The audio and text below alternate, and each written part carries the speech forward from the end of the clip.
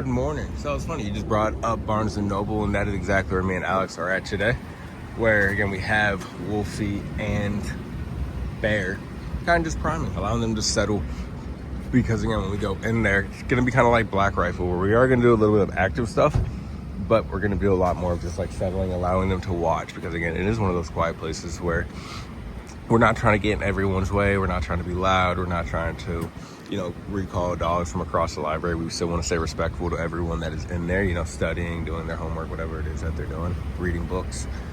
But of course, priming is always going to be your best friend when we start off, because we want the dogs to go back into that neutral mindset. Even though it wasn't a far drive, it still is something that can allow them to kind of climb that arousal curve. But here in about the next minute or so, we'll start walking in there with both of them, and you guys will kind of see the whole process. So, walked around Barnes & Noble for maybe about the past 20 minutes, just doing some quick follow stuff. Gonna get video because clearly I have two dogs in my hands with two e-collars and no room for a phone.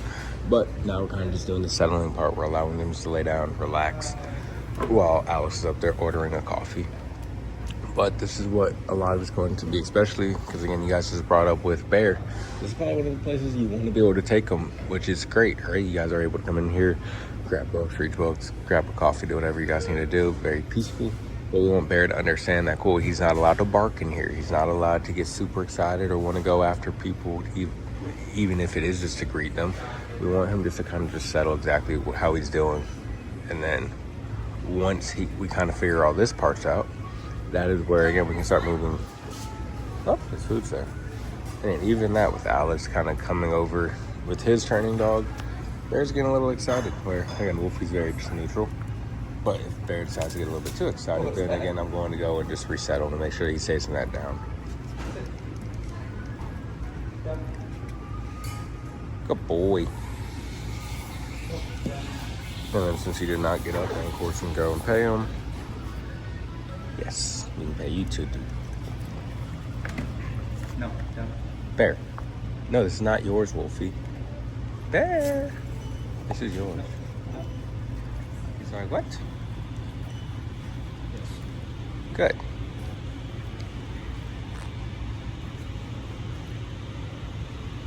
Wolfie's so cool looking. But you know I don't mind. Yeah, right, yeah, right. Yeah, right, yeah, right. Yeah, right, yeah, right. Yeah, you better know that she ain't never give a single fuck about me. Yeah, you better know that we ain't never gonna be together, I see. So we've been here for maybe about 30 minutes, and again, both dogs have settled incredibly, where both of them are kind of just falling asleep, right? They're not really caring about the people walking up, not caring about, again, the barista noises over there, people moving around with their computers. And that's what we want. We want everything to be background noise, especially when you're coming into places like this where there is going to be a moderate amount of traffic going through. Again, with people walking, clearly it's quiet, so the dogs can hear a lot more. But again, everything's just background noise, right? We've taught them from week one on how to lay there and honestly just do nothing. And that's what you're going to be using majority of their life, and majority throughout your life with your dogs, is you just kind of want them to lay there, do nothing, right? Be there just for you to kind of pet on, just for them to kind of join you and enjoy life. We don't need them up and watching everyone and sitting and panting and doing all that other stuff that's going to have them climb that arousal curve and just allow them to get anxious. We just want them just to relax. So, again, we're probably going to be here for maybe about another 15 minutes before we start heading out. But it's always just good to constantly just hit on the small things, right? Practice the small moments at home, like placing, kennel training, all those sorts of things that are going to pay off when you guys do come out here. All right, guys, so as we end the day, again, with these two kind of just placed on the same bed together, Wolfie over there kind of just laying on his own bed, we are now just allowing them to relax, down-regulate that nervous system, because all three dogs went out to their public places, where Bear and Wolfie went to Barnes & Noble, and that we're joined with Alex and Tilly.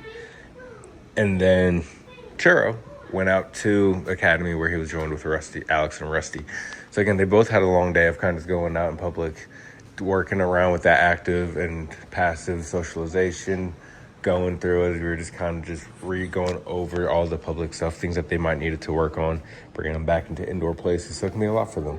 Again, we'll see them this weekend, where I think majority of them are going indoors.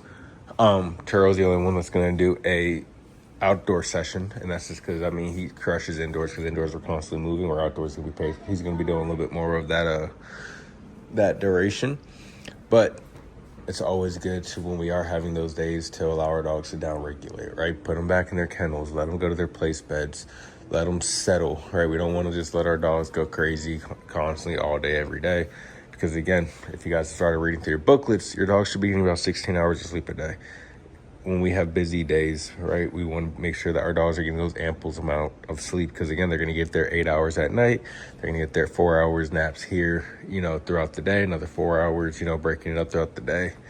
Try to advocate for your dog and understand, yes, they can go much longer without that sleep, but that is where you're going to start seeing behavioral issues kind of stem from, right? Just because, again, I've had dogs that, maybe get 8 hours of sleep a night, and it is not healthy for them mentally. So we always want to kind of just work them through those things and teach them how to kind of settle a little bit more. But today's day was just mostly on that freedom versus structure, where, again, I want you guys to be able to go out and enjoy things with your dogs. I want you guys to be able to go out in public, take them to coffee shops, take them to academy, just enjoy life with them, right? Which is the freedom part, or even going out into a nice park and playing fetch with them, right? All of that's the freedom part. But we always have to remember that the structure is just as important, that without the structure, you can't have the freedom. And that's just the hard truth, is in order to really be able to enjoy the freedoms, we have to, make sure we're practicing the small parts in the house, because though you might see your dogs become a completely different dog when they come home, giving them too much freedom too early is going to bring a lot of those bad behaviors back. No, leave Churro alone. So again, we're going to go over quite a bit on what your structured and routine should be looking like in this next week and at drop-off. But I promise you, just remember, no NFL team made it to the Super Bowl without going over the drills hundreds and hundreds of times. And what those drills are going to look like for you guys is just a lifestyle at this point. So I will see you guys this weekend at your training sessions, and good night.